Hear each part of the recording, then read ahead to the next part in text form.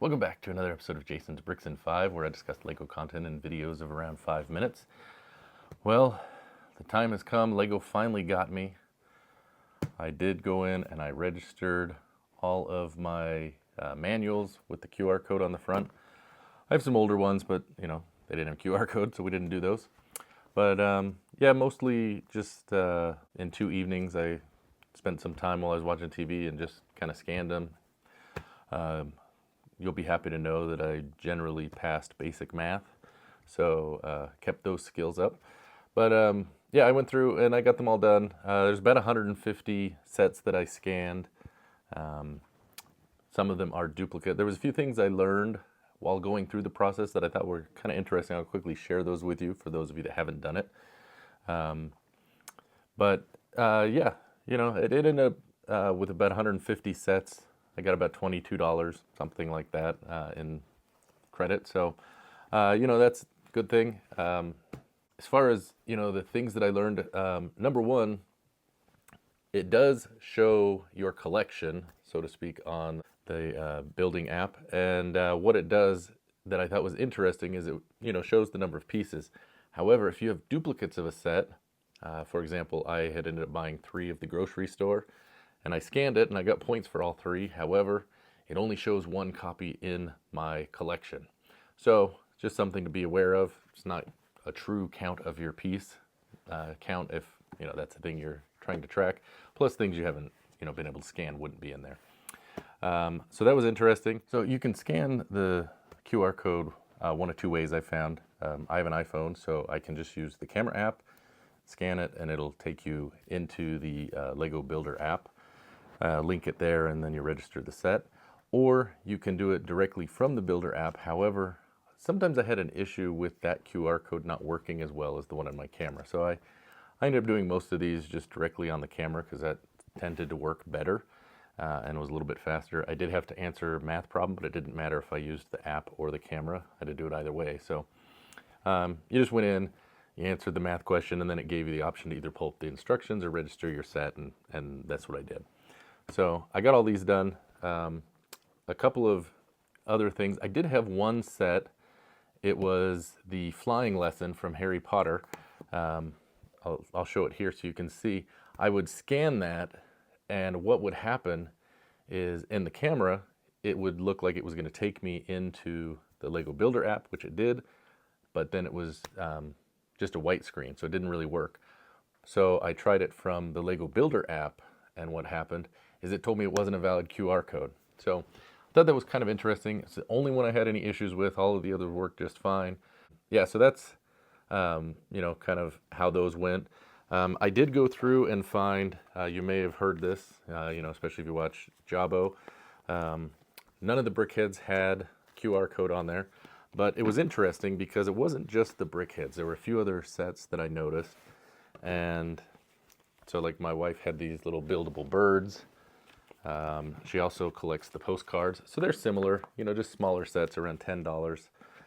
Even the Range Rover, that one there, did not have a QR code. So, none of those really stuck out to me. However, there was a couple of bigger sets that really did stick out to me. So, for example, the Disney sets, the castle plus the Haunted Mansion, neither of those have that code, which was interesting. Because those are bigger sets, you're talking like $40 set, and the buildable minifigure did not. So, these were some sets that were over $20, so it's not necessarily a price thing.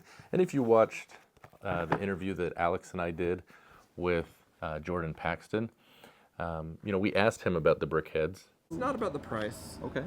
It's about I don't know if there's an equation or a certain thing. The one thing I have noticed is that anything that is developed by our Lego Extended line typically doesn't have a QR code.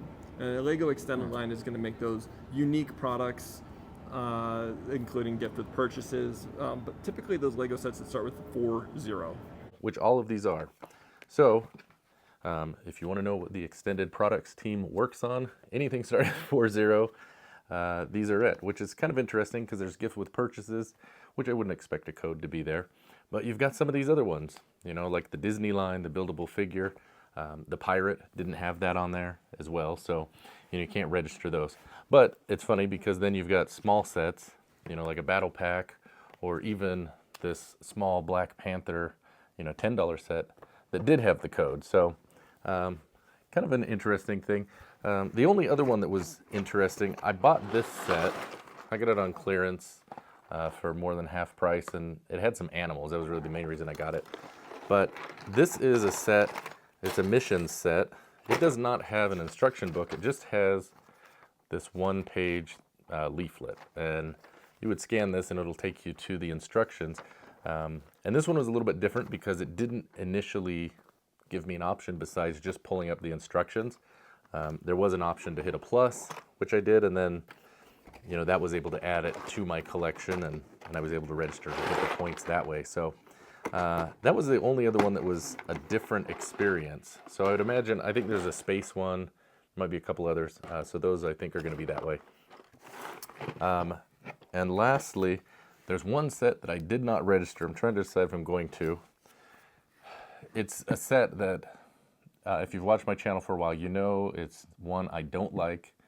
I'm not a big fan of it, and I'm trying to decide if I want LEGO to know that we built this set.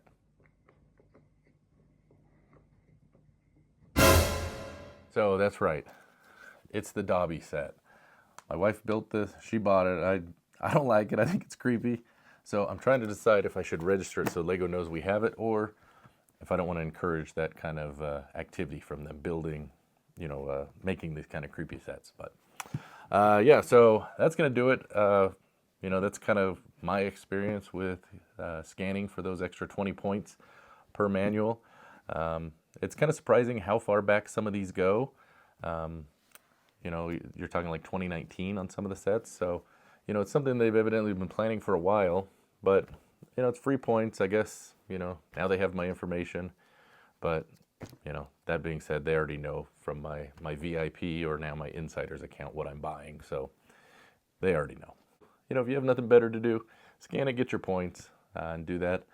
If not, that's fine. It's, like I said, it's 20 points, which is about 15 cents per manual. So it's not a huge windfall, but got nothing better to do and you got your manuals, you may as well, collect those. Just watch TV, do it. It's pretty simple. So that's going to do it for today. So thanks for watching, and we'll see you next time on Jason's Bricks and 5, and happy building.